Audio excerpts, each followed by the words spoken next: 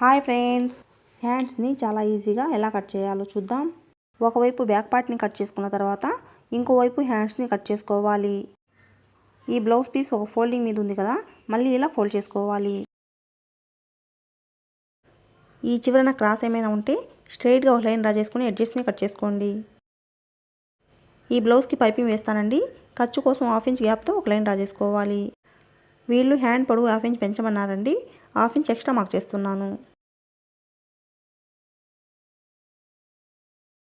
ఇప్పుడు ఆది బ్లౌజ్ తీసుకొని హ్యాండ్ పొడవుని హ్యాండ్ లూజ్ని కొలుసుకోవాలి.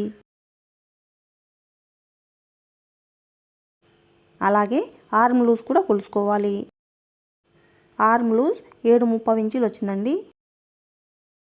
ఈ లైన్ మీద టేప్ని ఇలా పెట్టేసి హ్యాండ్ పొడవుని మార్క్ చేసుకోవాలి. ఖర్చు కోసం 1/2 ఇంచ్ పైకి మార్క్ చేసుకోవాలి.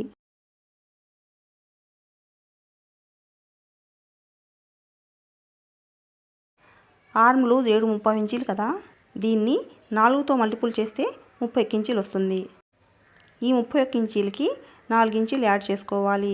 4 ఇంచులు యాడ్ చేసుకుంటే 35 ఇంచులు వచ్చిందండి. అంటే ఈ బ్లౌజ్ చెస్ట్ లూజ్ వచ్చేసి 35 ఇంచులు.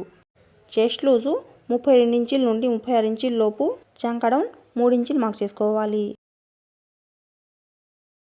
ఈ ఫోల్డింగ్ దగ్గర నుండి చంక డౌన్ మార్కింగ్ దగ్గరికి టేప్ ఇలా పెట్టేసి ఆర్మ్ లూజ్ 7/3 ఇంచులు కదా, ఇక్కడ మార్క్ చేసుకోవాలి. అలాగే హ్యాండ్ లూజ్ కూడా మార్క్ చేసుకోవాలి. చంక లూజ్ మార్కింగ్ దగ్గర నుండి హ్యాండ్ లూజ్ మార్కింగ్ దగ్గరికి ఒక లైన్ డ్రా చేసుకోవాలి. అలాగే ఖర్చు కోసం ఇంకో లైన్ డ్రా చేసుకోవాలి. ఇక్కడ కొంచెం క్లాత్ తగ్గుతుందండి, స్టిచ్చింగ్ చేసేటప్పుడు జాయిన్ చేస్తాను. ఇక్కడ 1 ఇంచుకి మార్క్ చేసుకోండి. చంక డౌన్ మార్కింగ్ దగ్గర కూడా 1 ఇంచుకి మార్క్ చేసుకోవాలి. ఇప్పుడు కరువు స్కేల్ తీసుకుని ఈ మార్కింగ్స్ దగ్గర ఇలా పెట్టేసి లైన్ డ్రా చేసుకోండి. తరువాత స్కేల్ని ఇటువైపు తిప్పి ఇలా డ్రా చేసుకోవాలి.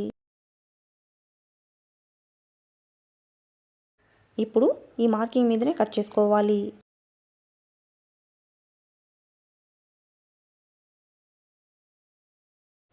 ఇక్కడ మధ్యలో ఆర్మ్ లూజ్ మార్కింగ్ దగ్గర టక్స్ పెట్టాలి. ఇప్పుడు హ్యాండ్స్ని ఓపెన్ చేసి ఒకవైపు లోతు తీసుకోవాలి. ఈ ఫోల్డింగ్ దగ్గర నుండి 1/2 ఇంచ్కి మార్క్ చేసుకోవాలి. ఈ 1/2 ఇంచ్ మార్కింగ్ దగ్గర నుండి ఆర్మ్ లూజ్ మార్కింగ్ దగ్గరికి టేప్ని ఇలా పెట్టేసి సగానికి ఫోల్డ్ చేసుకోండి. ఈ ఫోల్డింగ్ దగ్గర ఒక మార్కింగ్ చేయాలి.